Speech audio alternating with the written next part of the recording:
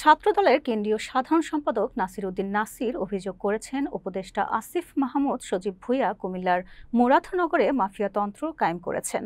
তিনি বলেন, সরকার বিরোধী আন্দোলনে অংশ নেওয়া নেতাকর্মীদের তিনি জেলে পাঠিয়েছেন। বিশেষ করে ৫ আগস্টের পর এই দমনপীড়ন আরও বেড়েছে। সোমবার দুপুরে মুরাদনগর উপজেলার সিনিয়র যুগ্ম আহ্বায়ক নাজিম মাহমুদ সহ ১৩ নেতাকর্মীকে দেখতে কুমিল্লায় জেলখানায় এসে তিনি এসব কথা বলেন। তিনি জানান, নাজিম মাহমুদের গ্রেফতারের খবরে তার মা হৃদরোগে আক্রান্ত হয়ে মারা যান, যা অত্যন্ত মর্মান্তিক। নাসির অভিযোগ করেন, আওয়ামী লীগের নেতাকর্মীরা মুক্ত থাকলেও বিএনপি ও অঙ্গ সংগঠনের ১৩ জন এখনও জেলে। তিনি তাদের অবিলম্বে মুক্তির দাবি জানান। এ সময় বিএনপি ও ছাত্রদলের বিভিন্ন ইউনিটের নেতাকর্মীরা উপস্থিত ছিলেন। পরে তিনি নাজিম মাহমুদের মায়ের কবর জিয়ারত করেন এবং পরিবারের সঙ্গে সাক্ষাৎ করেন।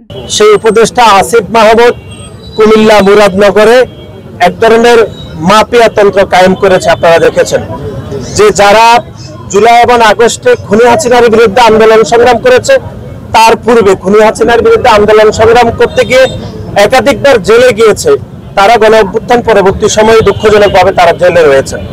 এটি অবশ্যই আমরা মনে করি বাংলাদেশের সকল নাগরিক এবং গণমাধ্যমের আমাদের যারা সহকর্মীরা রয়েছে তাদেরকে এই বিষয়টি অত্যন্ত গুরুত্ব আরোপ করা উচিত যে পুরো বাংলাদেশ একটি ইতিবাচক রাজনীতিতে থাকলেও কুমিল্লার মুরাদনগর কোনোভাবে ইতিবাচক রাজনীতিতে নেই।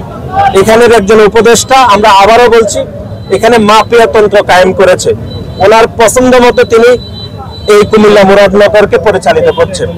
আমরা দেখলাম যে বাংলাদেশ জাতীয়তাবাদী দল এবং তার অঙ্গ সহযোগী সংগঠনের ১৩ জন নেতাকর্মী এখানে কারাগারে রয়েছেন।